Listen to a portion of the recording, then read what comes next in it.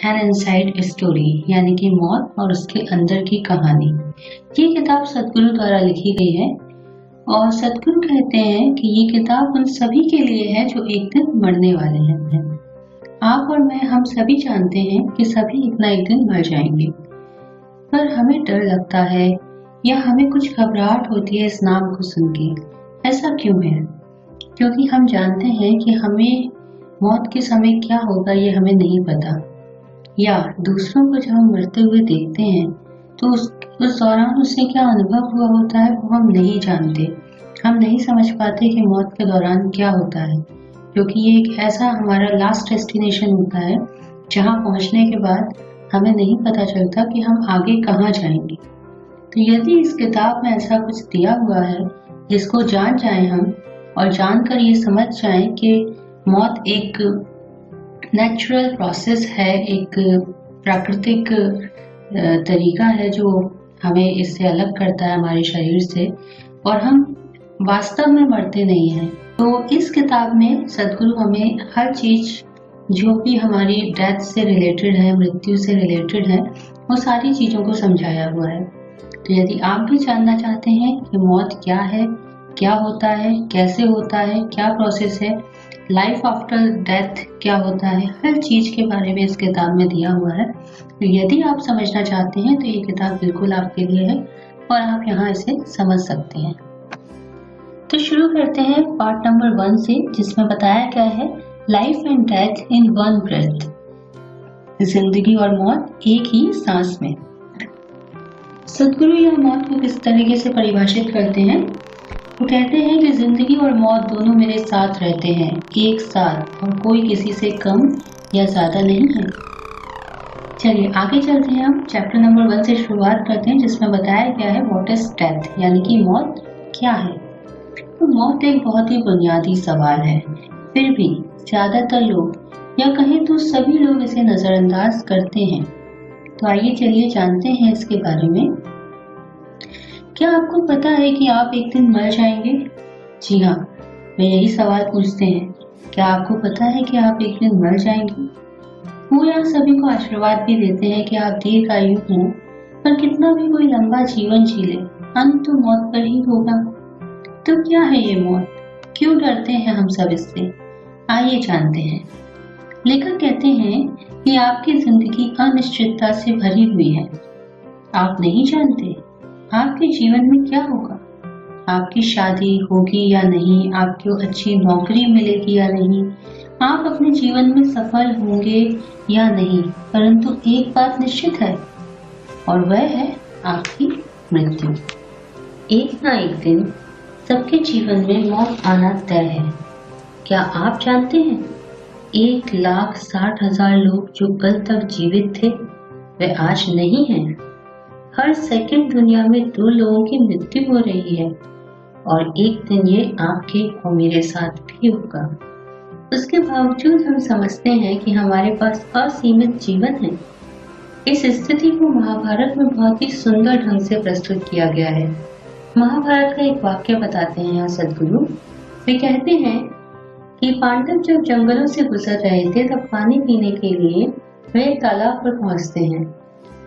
वहां एक यक्ष प्रकट होते हैं जो उन्हें पानी पीने से पहले एक सवाल का उत्तर देने के लिए कहते हैं, परंतु उन्हें इतनी प्यास लगी होती है कि वे उनका सवाल सुने बिना ही पानी पी लेते हैं, जिससे उनकी मृत्यु हो जाती है। परंतु सबसे बड़े पांडव युधिष्ठिर उनके सवाल का उत्तर देने के लिए तैयार हो जाते हैं।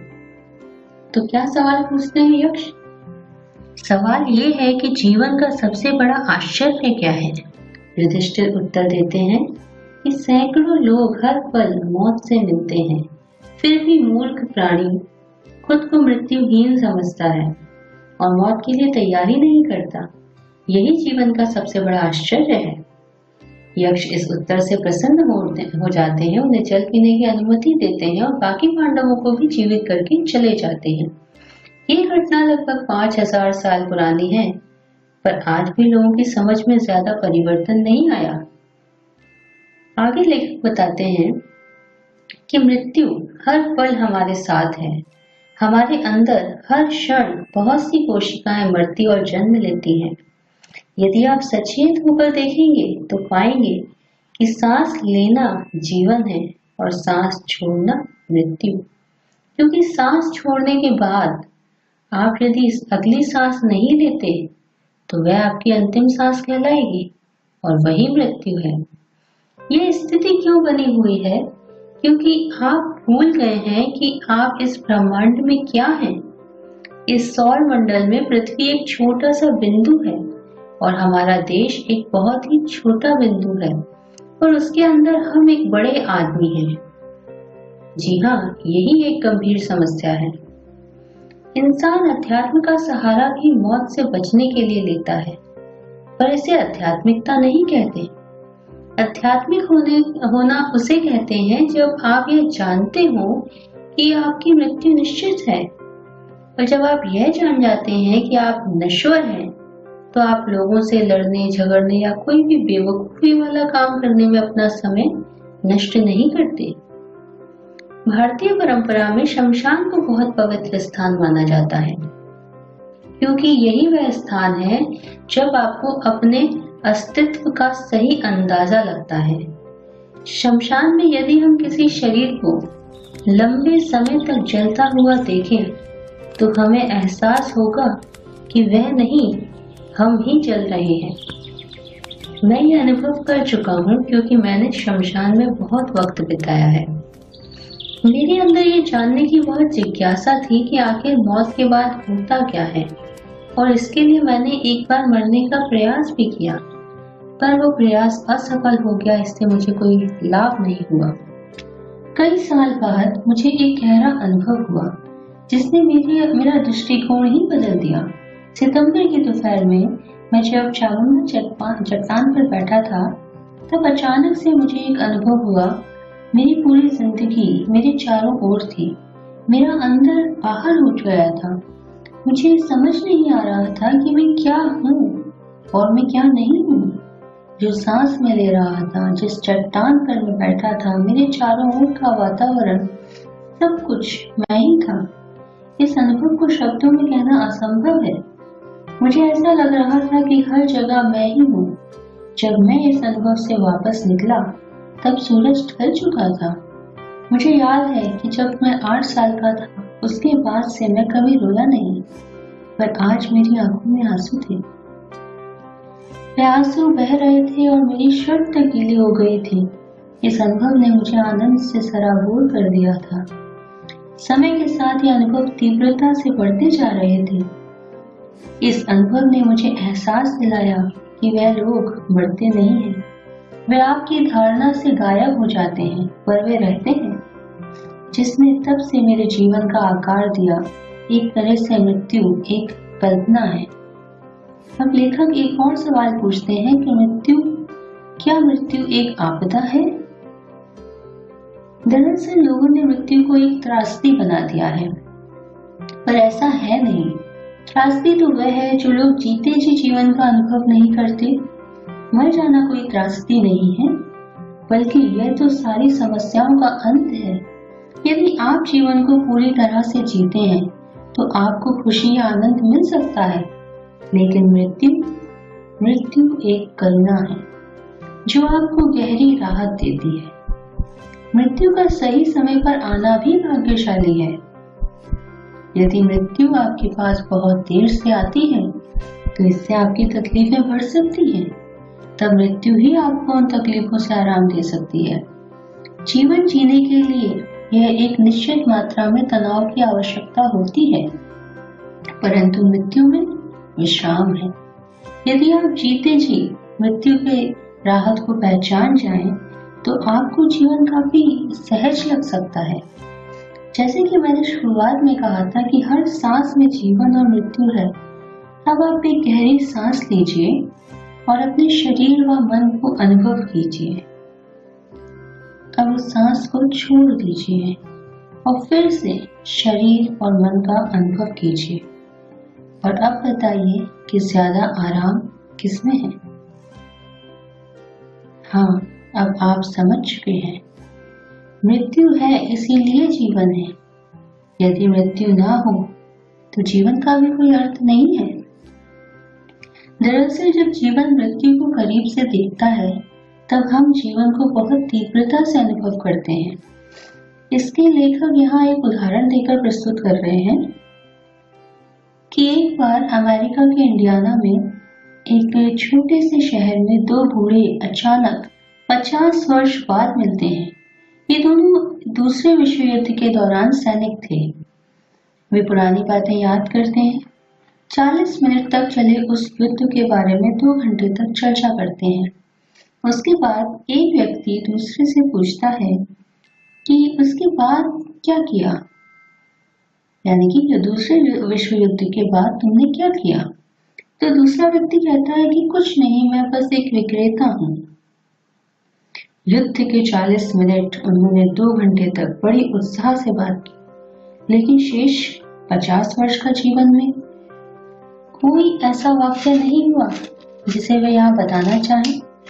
तो खतरों के क्षण में हम जीवन के करीब चले जाते हैं, जिससे हमें जीवन के बहुत करीब से अनुभव कर पाते हैं और वह स्मृतियां हम कभी नहीं भूलते। यदि आप जीवन और मृत्यु को नहीं जानते तो आप आधा ही जीवन जीते हैं। पूर्ण जीवन जीने के लिए आपका निश्चल स्वभाव को देखना चाहिए। अब लेखक चेतावनी देते हुए कहते हैं कि मृत्यु को आमंत्रित करना बंद करें। ऐसा क्यों कहते हैं? आजकल लोग जीवन को नजरअंदाज कर रहे हैं, और यदि आप ऐसा कर रहे हैं तो इसका सीधा अर्थ है कि आज आप मौत को बुलावा दे रहे हैं। आप जानकर करें या अनजाने में, इन दिनों आप इस ग्रह पर जो बीमारियां देख रहे हैं वे ये हैं कि लोग कोशिश कर रहे हैं जीवन को चकमा देने की। शरीर तो सिर्फ आपकी इच्छा में सहयोग कर रहा है। लोग जीवन से बचने की कोशिश कर रहे हैं क्योंकि उन्हें लगता है ये असुरक्षित है। क्या आप ये जानते हैं कि इस ग्रह पर एकमात्र सुरक्षित स्थान आपकी कब्र है? यहाँ आपको कुछ नहीं हो सकता। भारत में एक परंपरा है, जब भी कोई ऋषि मुनि या संत को देखते हैं आप उनसे आशीर्वाद लेना चाहते हैं। सदगुरु से भी कई लोग आशीर्वाद मांगते हैं कि मेरे साथ कुछ ना हो। वाकई ये कैसा आशीर्वाद है? सदगुरु कहते हैं कि मैं तो ऐसा आशीर्वाद देता हूँ कि आपके साथ सब कुछ हो, आप सब कुछ होने दें। जीवन से बचने का प्रयास ना करें, जीवन का अनुभव करें। एक रोमांच भरे जीवन के लिए आपको मृत्यु के भय को खुद से दूर करना होगा, क्योंकि ज्यादा से ज्यादा आपके साथ क्या हो सकता है? मृत्यु, और वो तो वैसे भी एक दिन होनी ही है। आप इस जीवन में कुछ निवेश करने नहीं आए हैं, आप खाली हाथ आए थे, तो आप इस जीवन में हार नहीं सकते। कुछ भी हो, आप लाभ की ओर ही हैं। एक उदाहरण देकर समझाते हैं कि एक व्यक्ति थे जिन्होंने $250 मिलियन की संपत्ति बनाई, और अचानक कुछ नुकसान होने की वजह से उनकी संपत्ति घटकर $30 मिलियन रह गई। अब वे जान देना चाहते हैं, जीना नहीं चाहते। यदि ध्यान से देखा जाए तो $30 मिलियन भी कुछ लोगों के लिए बहुत ज्यादा है, और वैसे भी हम तो कुछ लेकर ही नहीं आए थे और ना ही लेकर जाना है। हमारे पास जो भी है वह शून्य से तो ज्यादा ही है। हम हमेशा फायदे में ही हैं, बस हम समझते नहीं हैं। अंत में हमारे पास अनुभव ही बचता है, तो जीवन का अनुभव कीजिए। मौत को निमंत्रण देना आपका काम नहीं है। तो यहाँ पर अब हमारा पहला अध्याय समाप्त हो चुका है, जिसमें हमने देखा कि मौत क्या है। आप भी जरूर बताइए कमेंट सेक्शन में कि आप मौत से क्या समझते हैं। इसके अलावा ये भी बताइए कि वीडियो आपको कैसा लगा। इसमें किसी भी प्रकार की कोई कमी अगर आपको महसूस हुई हो तो जरूर बताइए, मैं उसे दूर करने की पूरी कोशिश करूंगी। यहाँ क्या आपको अच्छा लगा, क्या आपको खराब लगा, आप प्लीज कमेंट सेक्शन में जरूर बताइए। और इसी तरीके से चैप्टर वाइज पूरी बुक को पढ़ने के लिए आप चैनल को सब्सक्राइब कर लीजिए, ताकि टाइमली नोटिफिकेशन आपके पास आती रहे। Okay, thank you very much, good bye, नमस्कार।